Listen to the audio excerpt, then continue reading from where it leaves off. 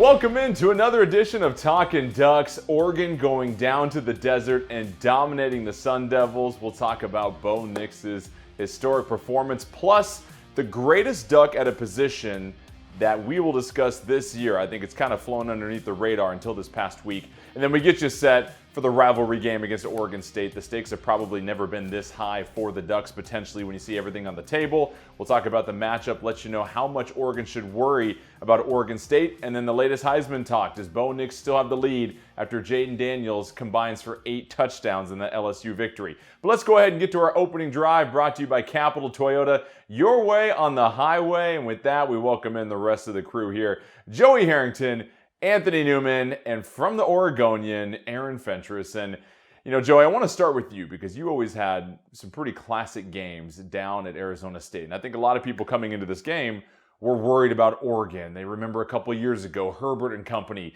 losing to Arizona State, being ousted out of the playoff. Wasn't the case whatsoever this past weekend. Bo Nix, Oregon, they dominate. What'd you take away from Oregon's just thorough beating of the Sun Devils?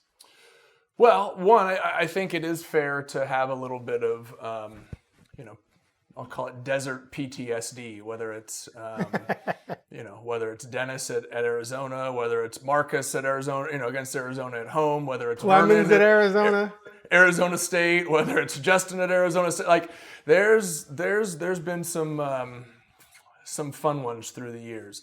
That didn't happen this week. It didn't happen at all. It's fun in a different way. Well, yeah, exactly. But I think the thing for me was last week we talked about the things you needed to clean up if you truly wanted to be a college football playoff team, right? Oregon's really good. It's not debatable.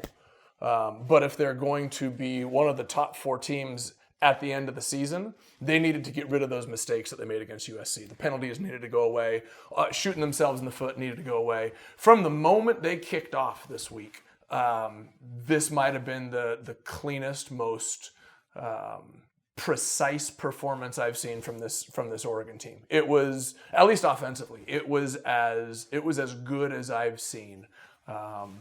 And that was exactly what we needed to see from the Ducks the week after they had such a penalty-ridden performance against USC and ended up kind of squeaking one out there, or I should say made it a little bit closer than it needed to at the end. So this was sharp, it was clean, it was polished, it was exactly what they needed coming into this week. Yeah, Anthony, how do you evaluate this one? Because Arizona State, they're coming off a win against UCLA. They took Washington up in Seattle to the final possession of the game, essentially. Oregon was up 42-0 at halftime. So what does this say about Oregon's quality of play right now at this moment in the season as they're getting set for Oregon State? I mean, this is something that we haven't seen from Oregon teams before where they're finishing this strong down the stretch. Well, that's the key. If you want to be a championship team, you have to play well in November. And this Oregon football team is playing well in November, and they're playing as a team. Because when you look at the offense is scoring points. They're moving the ball. And on defense, they're stopping the run. They're getting to the quarterback. They're making plays in the back end. The linebackers are flying sideline to sideline. And special teams are special. They have some little hiccups here and there. The only thing that you see that's a negative, and it wasn't that bad this game, it was the yellow flags, in previous games. So when you're playing well and at a high level in November, you're a dangerous team. You don't want to be messed with in November, and Oregon is playing at a high level in November. Yeah, real quick, Aaron. I mean, what can you really take away from this? It clearly seemed like the Sun Devils were no match for the Ducks. I mean, Kenny Dillingham came out and said that. We've got to get bigger, stronger, faster. End of story. Do you really take away that much from this game as Oregon prepares to take on Oregon State here?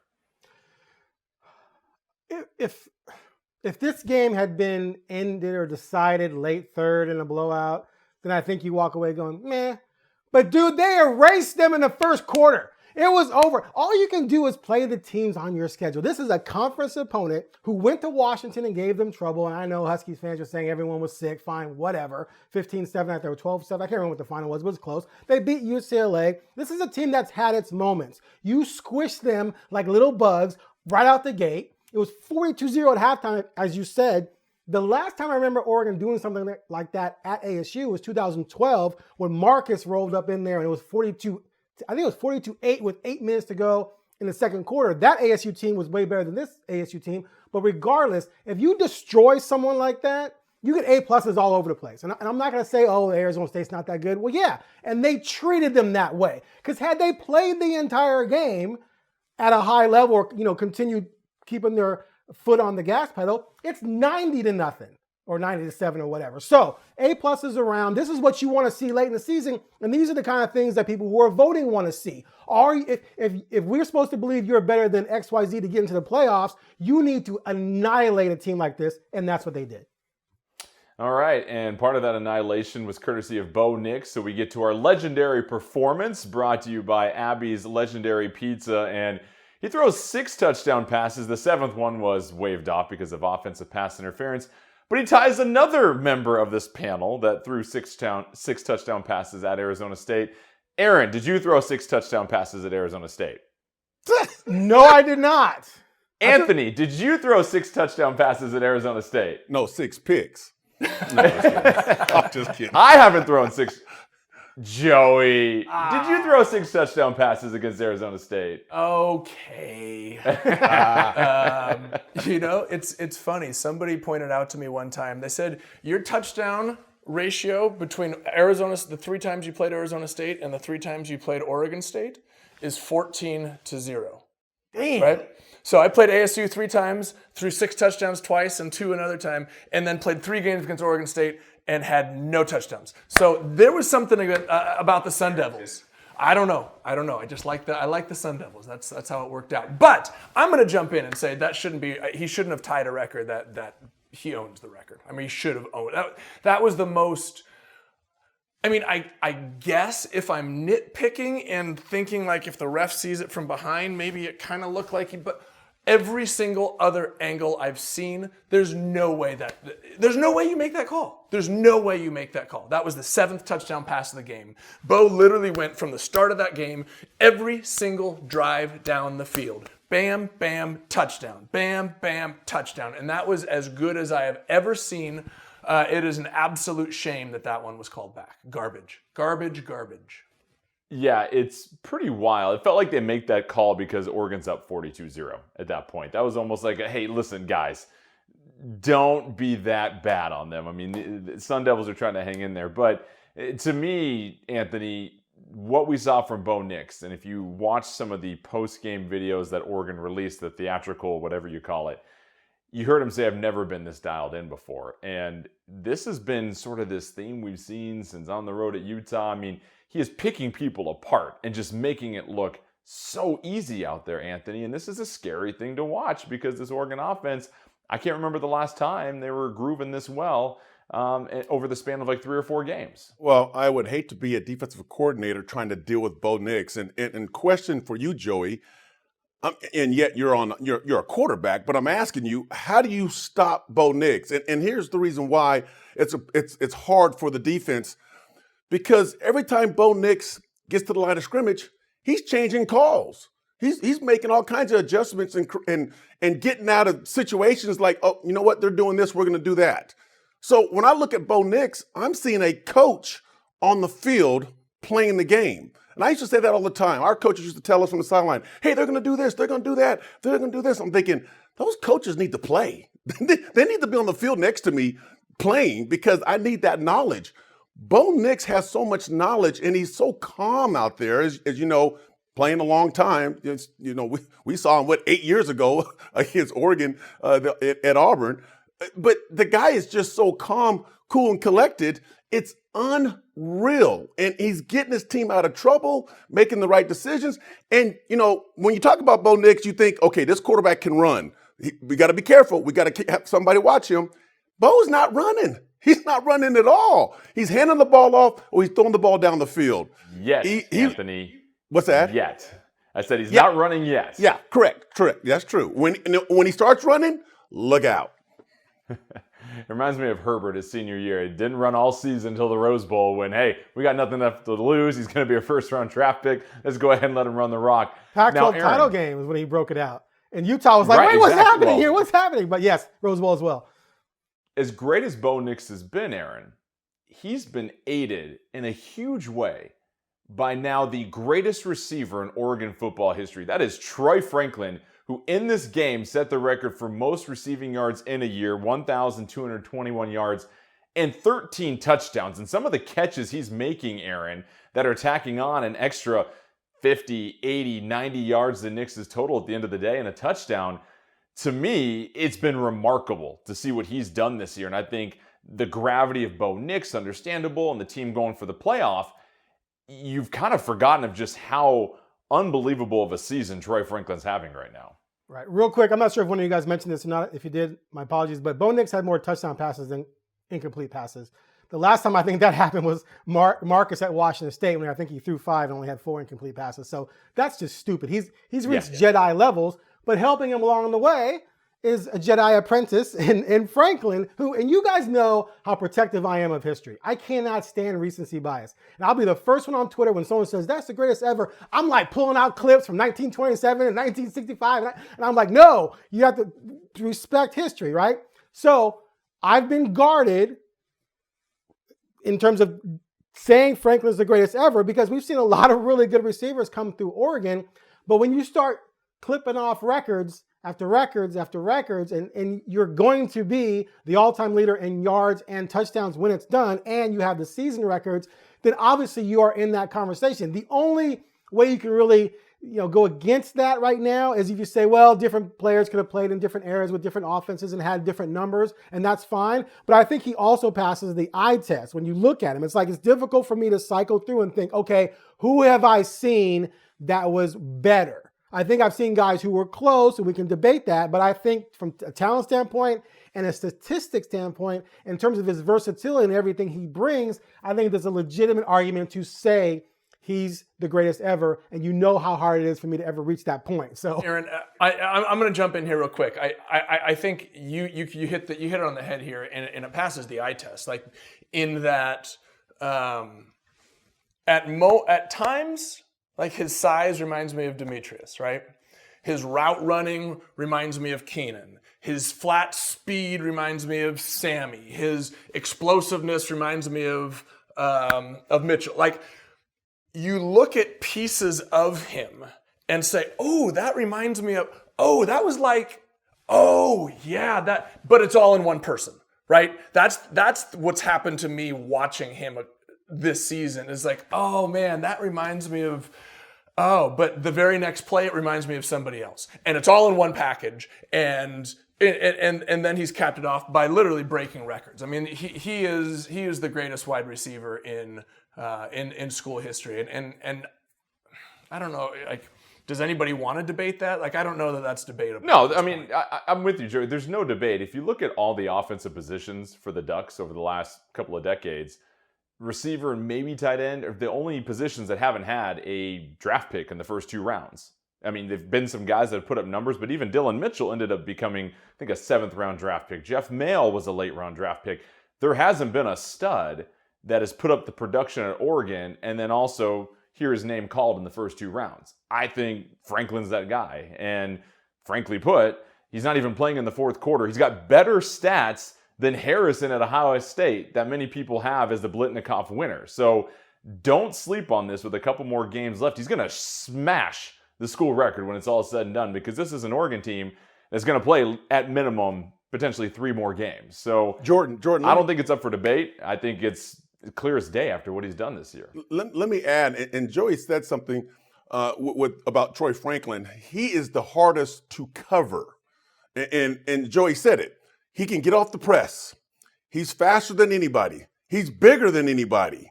He can run deep routes. He can run short routes. He can run hitches and bubbles. He can do it all. He can block. He's blocking down the field. So when you're dealing with that type of receiver, sometimes you deal with the receivers, well, he's the guy that can run past you, so I'm going to back up a little bit. Oh, he can't run past you, so I'm going to jam him. I'm going to stay close to him. With Troy Franklin, he can do all of it. And that's why he's so hard to defend. yeah, credit to Will Stein for finding ways to give him the ball when you figure teams are probably trying to double cover him at this point in the year. All right, Bo Nix, Troy Franklin, they're good. Who would have thought? When we come back on Talkin Ducks, it's time to dive into the numbers of this rivalry against Oregon State. It's one of the longest running rivalries in all of college football. We'll let you know some key numbers to keep in mind as the teams get ready to kick it off on Saturday. Don't go anywhere. You're watching Talkin Ducks. They play Friday.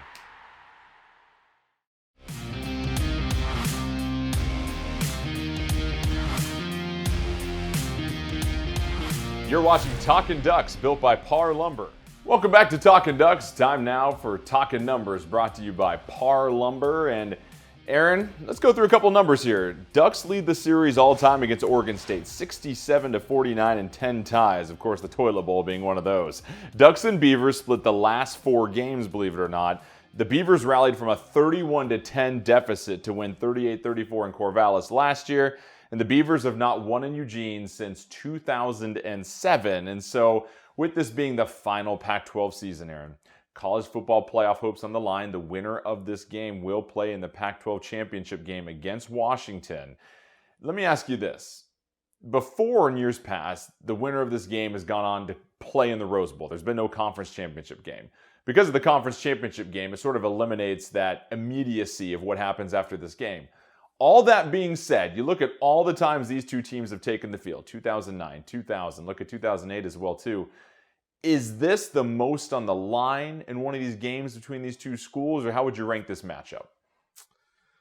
Ooh, well, like you said, you had the year where the winner got into the Rose Bowl and didn't have to deal with the conference championship game. So that, to me, would have the edge, except for the fact that for one team in this situation, there's a potential playoff berth on the line. Now, that's happened before with the Ducks making the playoffs in 2014 and even going to the national championship game in 2010. They had to win against Oregon State to complete that journey, but Oregon State wasn't very good in those years, whereas now Oregon State has a lot to play for. So I'm going to go tie with 2009 simply because that Rose Bowl berth for both teams was so huge. And then, of course, we can go back to Joey's year when they got jacked around and should have been in the BCS title game. Hold on.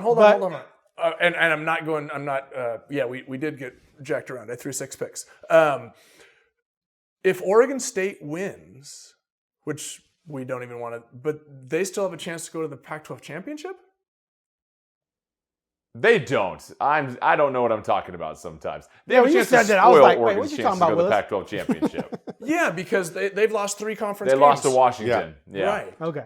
So I think at least, and I'm jumping in here, like I think that takes something off of the table. Had they had the opportunity to go to the Pac-12 championship game this year, then both teams are truly playing for an extended postseason. Us in the conference championship game, but also staying alive for the college football playoff.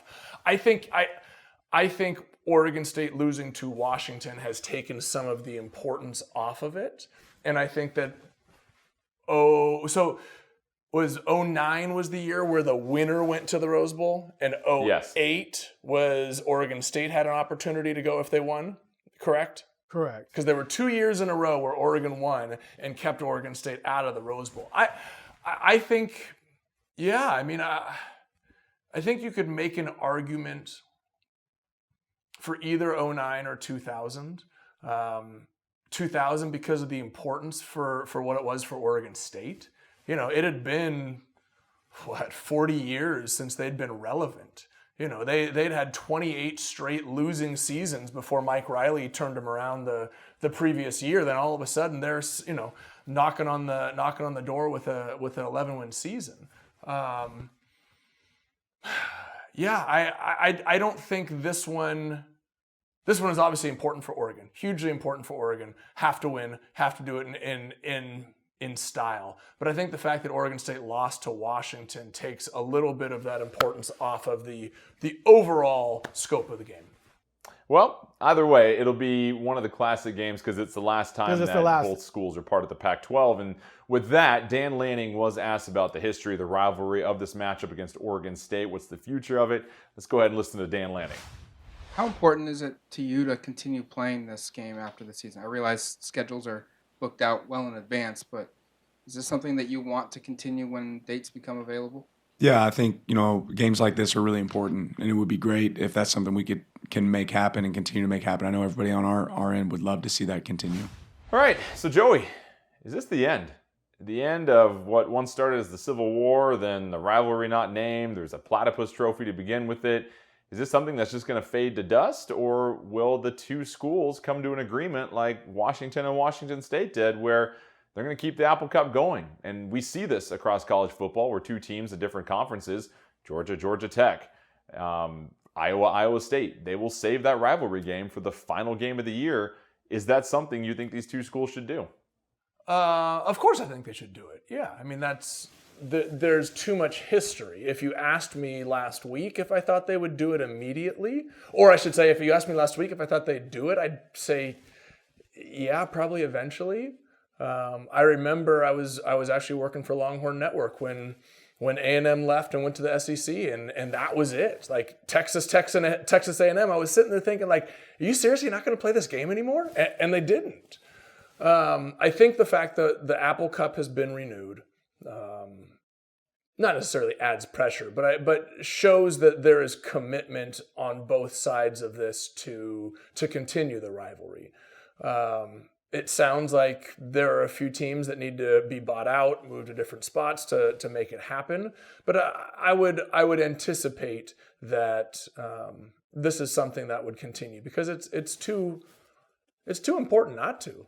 You know, this is last time I checked, it's still the longest running rivalry west of the Mississippi, right? I mean, this is over 100 years of history that shouldn't just go away. Aaron, you agree? Yeah, I mean, I'd hate to see it end. My only thing would be, you know, if I'm Oregon State, I don't want to be a punching bag in this series. You know, we got to see where Oregon State ends up. You know, if Oregon State doesn't land in a good situation, their coaching staff is going to get cherry picked. Their players are going to get cherry picked. With the NIL, it just becomes easier to just use them as a farm system and just take players. And then all of a sudden, they become obviously less than what they are now, whereas Oregon has all these resources. And then you're looking at annual games where Oregon's winning by 40 or 50. And if you're Oregon State, what's in it for you to do that unless you're getting some kind of payday out of it? So that's my only concern. What's made this fun, even though Oregon is kind of dominated, is that you've had years where, Oregon State's legit. Like this year, they could beat them. And by the way, they've won 2 of the last 3, right? But if you move away from that and it's just going to be Oregon winning the next 50 times, then if I'm Oregon State, what's in it for me? Because part of the reason why I'm in this situation is because of you.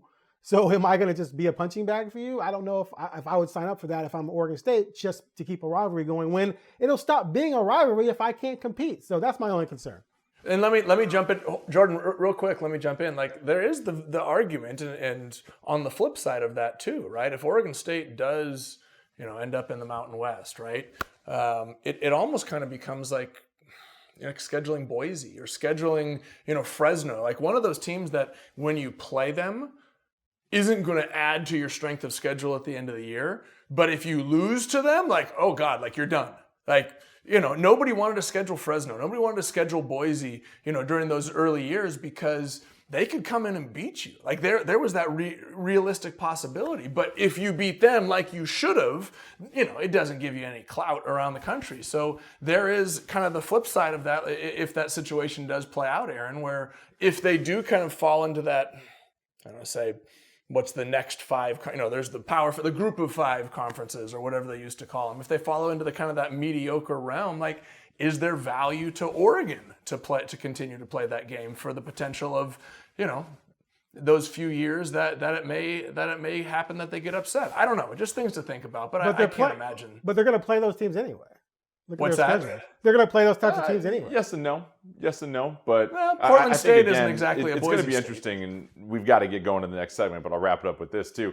Oregon State has to think about it. Don't forget, the highest ranked group of 5 team at the end of the season gets an automatic bid into the playoff. Do you want one more high degree of difficulty game at the stretch end of your season if you're Oregon State versus maybe winning the Mountain West, being ranked, and getting into the playoff? Either way, we'll see what happens. It's a shame, though. When we come back, Dan Rubenstein will join us. He'll give us his thoughts on this Oregon State matchup. Don't go anywhere. Plenty more Talkin Ducks when we come back.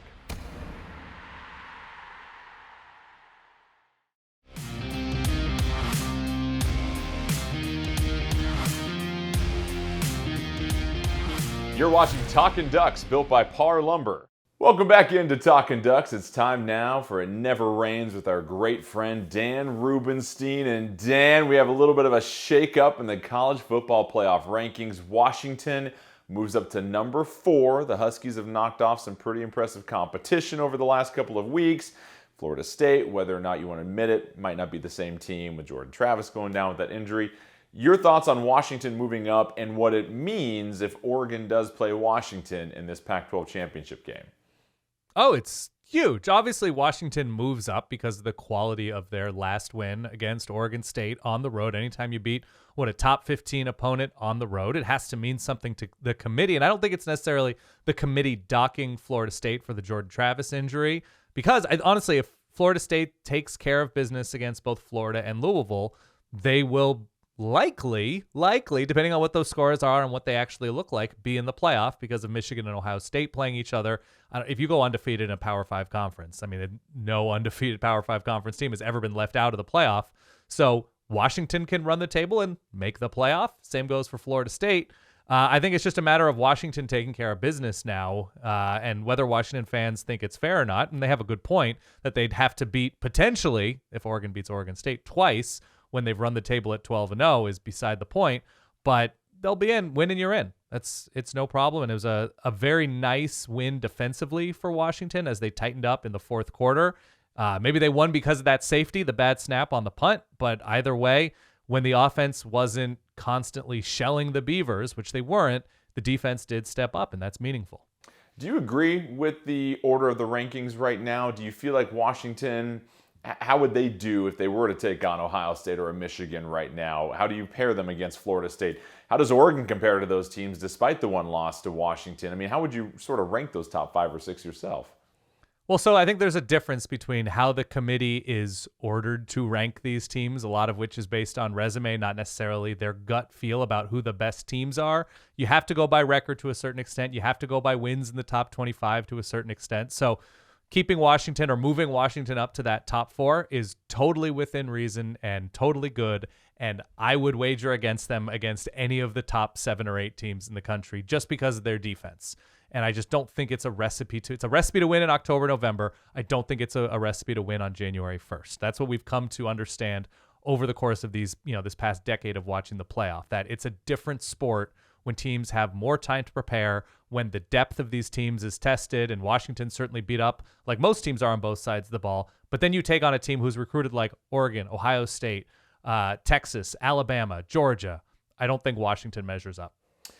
This is a big-time matchup between Oregon and Oregon State coming up this Friday, and it feels like this is one of those situations where the Beavers have never been more stacked to spoil something for the Ducks. We all remember when Oregon went to Corvallis and ran all over them to knock the Beavers out of the Rose Bowl, but was on the field. Yep.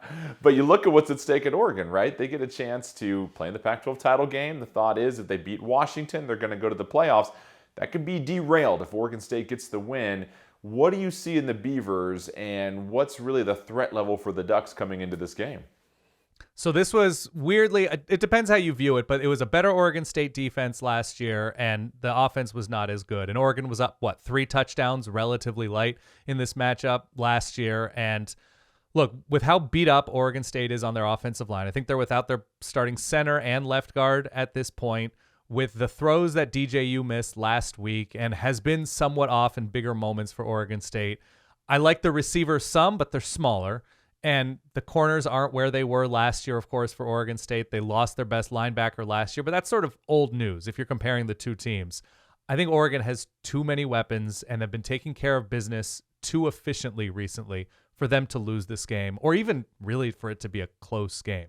I think a lot of emotional energy was drained out of Oregon State last week with how close they were against Washington. And then you add I'm not in the locker room in Corvallis, but Jonathan Smith is being talked about as maybe coaching his final game in Corvallis. Like, he could be named the coach somewhere else as soon as Saturday night. And that has to be occurring somewhere in the minds of Oregon State players and coaches. And so I really don't see it being particularly close. I think Oregon is playing I think they're sort of a runaway train right now, that the big surprise would be if Oregon State is able to run the ball and keep the ball away, convert a bunch of 3rd and 3s, 3rd and 4s. they've got a good shot to win this game. I just don't see it happening because I don't see DJU through the air. I don't see this defense getting stops on the ground. It's hard to see unless there are 2 to 3 crucial mistakes, pick sixes, muffed punts, stuff like that. Beyond that, I really don't see there being a path forward for Oregon State. Last question for you real quick. Bo Nix said in that game against Arizona State, we heard him mic'd up, I've never been this more dialed in. He gets set to take on Oregon State, then possibly Washington, his last 2 games before the Heisman Trophy ballots are in. Is it his trophy to lose, or is this something that Jaden Daniels can still sneak in and knock him off the top spot? So Jaden Daniels will have an opportunity against a good Texas A&M defense this coming week, but a Texas A&M team now without their head coach. And look, I think voters are going to hold it against him that the team has lost 3 games at this point. Really hard to hold it against him for those losses. The end of the Ole Miss game wasn't his best. He threw a very interceptable ball in that losing effort to Ole Miss. Wasn't great in the second half against Florida State, but the numbers are still great. They were in those games because of him. And he gets hurt, down a couple touchdowns against Alabama.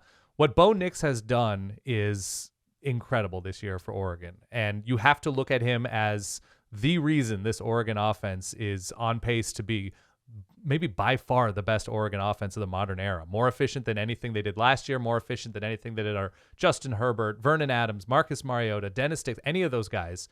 They're operating at that high a level. And so there is going to be a line of thinking that you reward being the best player on the best offense. And that's why he has an incredible shot. And if he has a monster game against both of the, 2 top 20 teams, whatever Oregon State is right now, you're finishing on a much bigger, higher stage than where Jaden Daniels is finishing if they're truly neck and neck. So I would give the edge to Daniels because of his rushing yards and because of, what he's accomplished this year, but I don't have a case against Bo Nix either. I think the fact that Bo Nix is going to get center stage, that matchup against Washington, if Oregon beats Oregon State, all eyeballs are going to be on that game because they know that's going to be probably the last seat available at the table in the college football playoff. If you That's what a kick. That's the track and field term. You got that late surge, the that kick late down kick. the straightaway. That's all it is. Andrew Give it to your Wheaton. anchor leg and let them close it out. So Yeah. either way, it should be a lot of fun. Well, Dan, thanks again, man. I appreciate it. Have a happy Thanksgiving, you and your family. And make sure when you come back on Talkin Ducks, we're going to give you our thoughts about this matchup against Oregon State. How concerned should the Ducks be if they take on the Beavers in Autzen Stadium?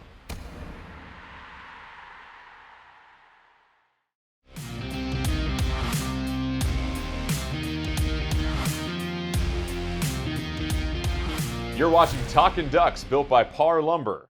Yeah, I've always been very impressed with Jonathan. I mean, I just think that his teams are always playing really good football at the end of the season. They're always tough teams. They can win, in a variety of ways, but they do it their way. It's certainly unique to them. There's not a lot of other people that play that same brand of football.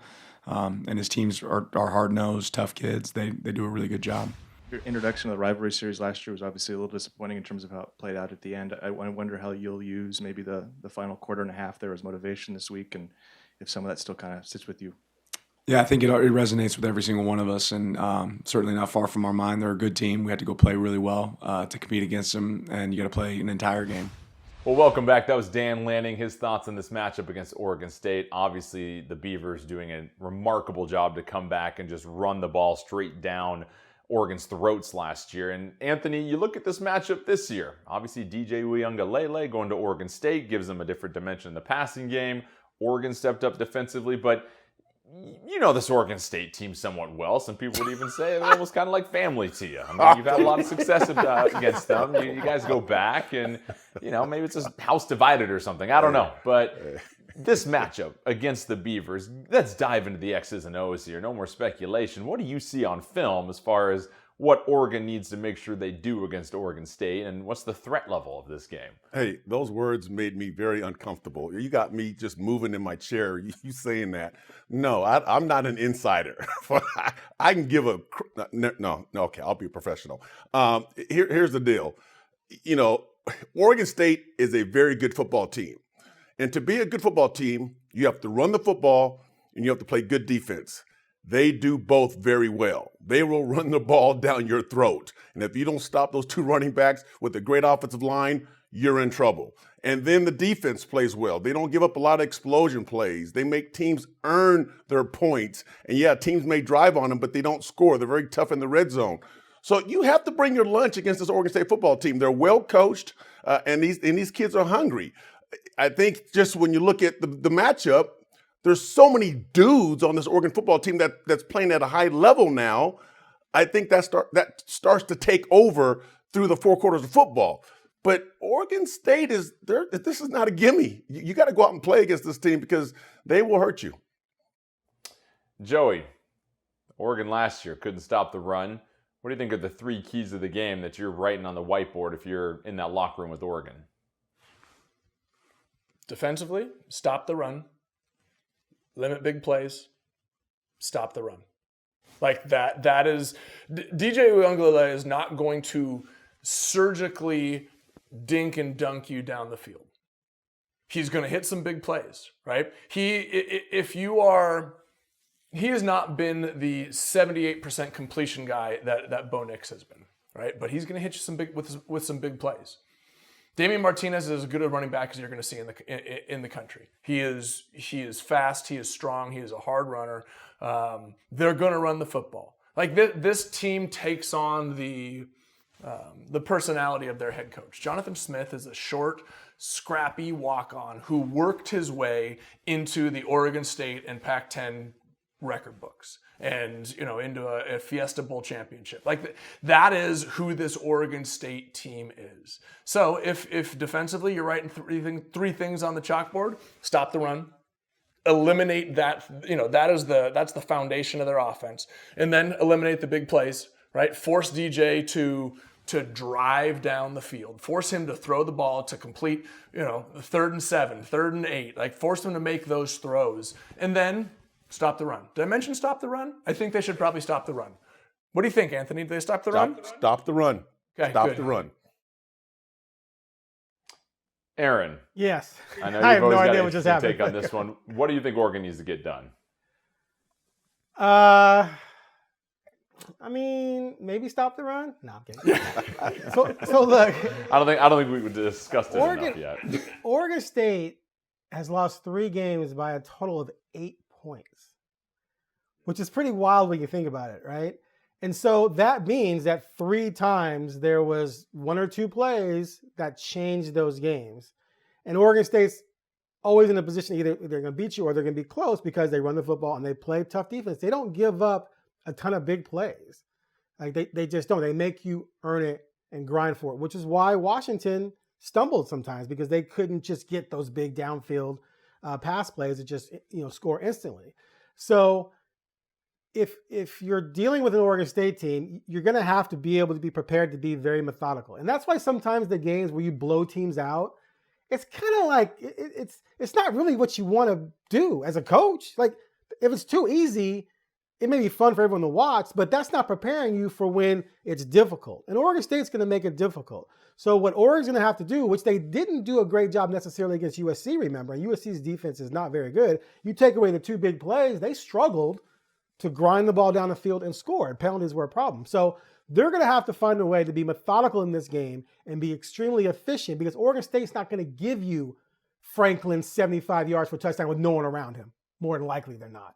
They're going to make you earn it and convert on 3rd down. So Bo Nix has to play at a high end against a really good defense, and their offense is going to try and keep Bo Nix on the sideline with their run game. So you're going to have to be efficient with your drives, convert on 3rd down, and make plays when it counts. Otherwise, it's going to be tight again in the 4th, and it's going to come down to a coin toss, which we all know can go either way.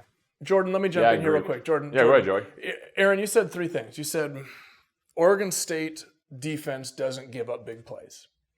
Well, neither did Utah's, right? Neither did Utah's. And we saw what Oregon did to them. You said that because of that, they kept things close against Washington. I would say that I think the weather had an impact in that. And we did see some big plays to Rome Odunze. Like that, those things still did happen. And you said they have to be, I don't know what your word was, efficient, or they have, you have to be able to, be precise. That's exactly what Bo Nix has been, right? Like those things, I completely agree with you, but it's like, I hear that and it's like, yeah, you're right. Yeah, you're right. Oh, wait, Oregon's done that. Like, oh, but wait, we heard that a couple weeks ago, but Oregon, put what was, I don't even remember the final score against Utah, 38-6, right? It's like, Am I nervous about this game? Sure I am. There's a lot riding on it. But I actually feel better because all of the things that are strengths of Oregon State's have been strengths of other teams, and we saw how Oregon did against that. Right? We saw what they did to Utah's defense. We saw, how methodical. We've seen how methodical Bo Nix can be all season long. So I agree with you, but I also want to say, like, yeah, You ain't worried. and they can You do ain't it. worried. Yeah, and we'll go do that. So, the weather can be an issue, but they held Penix to 162 passing. That's impressive unless it's snowing. But, so yeah, there were a couple plays downfield, but not the plethora of just like darts and just, accelerated offense. That's all I'm saying. So this team at least is going to force Bo to play at a high level, which he, like you said, he's had all season. But they're not going to instantly rout this team. And if you struggle at all and in some efficiency areas, next thing you know, you're in the fourth quarter and it's close and it's anyone's game. That's all I'm saying. Yeah, fair. All right, well, when we come back, we'll give you our predictions. Oregon versus Oregon State, the Ducks 13.5-point favorites. What will this final rivalry game in the Pac-12 come down to? We'll let you know when we come back on Talkin Ducks.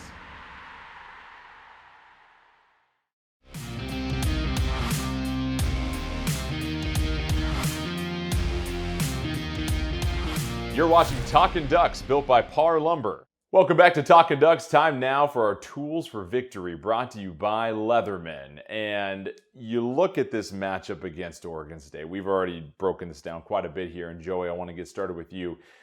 When it comes down to it, what's really that one tool that Oregon needs if they want to close out this regular season and set up a rematch against Washington in the Pac-12 title game with a chance to get into the college football playoff?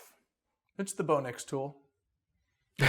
Does that fold out? Did you Which side? Is that Well, the yeah, right side or the Wait, left wait, side wait. that folds Did out? he of? call Bo Nix a tool?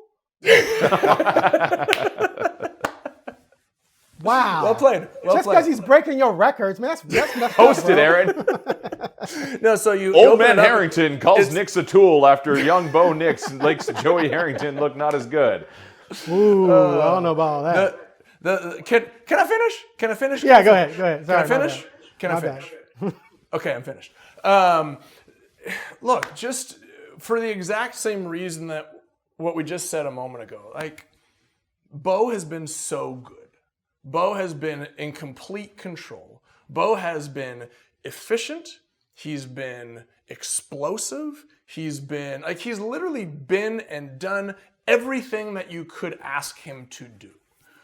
What do you need? Like, what tool do you need? You just need Bo to be Bo. You just need him to play the way that he has played in every single game this year. Because we've talked about it. There hasn't been a game, like, you go down his stats, or you look at, find me a game that he hasn't played exceptional. Find me, maybe you can probably find maybe a couple drives or maybe a quarter, but everything that this guy has done from the very beginning of the season until this last week against Arizona State has been absolutely spectacular. You just need him to be him, and you're going to be all right. This is as good a season as I've ever seen from an Oregon quarterback. All right. Anthony, what tool do you need? Oregon's going to use all the tools to win this game. You need all the tools to win this game. Very diplomatic. You need the offensive line to play well. You need the receivers to make sure you catch every ball, you block down the field. You need the quarterback, Bo Nix, to be the captain of the ship and lead this football team to a victory. The running backs, we haven't talked about the running game, unstoppable Bucky Irvin and Jordan James. And then the tight ends. We didn't talk about the tight ends. There's a lot of tools to use. Well, yeah, because he got offensive pass interference. That's why. Yeah, that's true too. I Yeah. mean, jeez. Exactly right. And then also on the other side of the ball with the defense. So now maybe you have two tools that you're going to use. That you have the defensive line. You got the linebackers. But one thing I want to talk about real quick is that, we're always talking about, well, Oregon has to do this and Oregon has to do that to win this football game. Let's turn that thing around. No, Oregon State is the team that needs to do all those things. Oregon State is the team that you got your hands full. You need to bring your lunch to play against this Oregon football team that's playing at a high level in November. You got to stop Bo Nix. You got to stop Troy Franklin. You got to stop the running game. You got to stop the defensive line from getting to the quarterback. You have linebackers running sideline to sideline.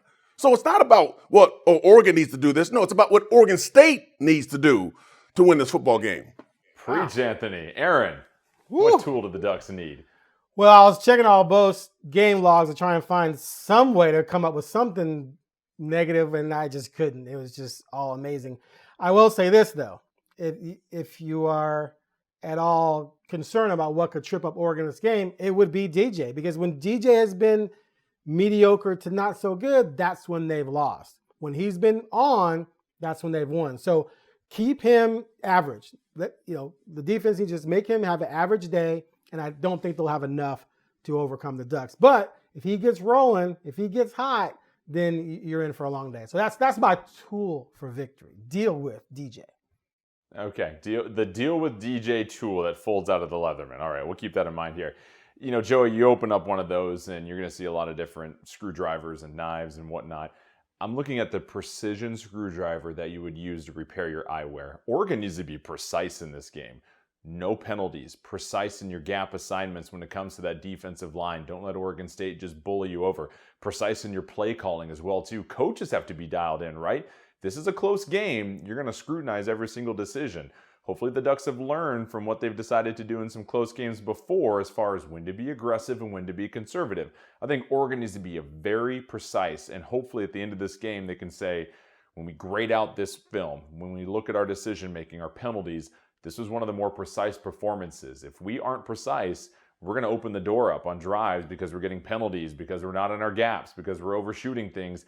That's when I think things break down for the Ducks. So if they can put together their cleanest game of the year and be very precise, I think they get the win. But either way, this is going to be a classic one. Really looking forward to everybody that gets a chance to go there and check it out. We will break it down the following week. A ton on the line. Ducks, Beavers, final time ever in the Pac-12 with a lot to play for Oregon. That'll do it for this edition of Talkin Ducks. Thanks again for joining us. Also, check out the show on YouTube. We appreciate the comments and the views. It's been great seeing the audience grow. Looking forward to seeing everybody next week when we break it all down. Have a happy Thanksgiving.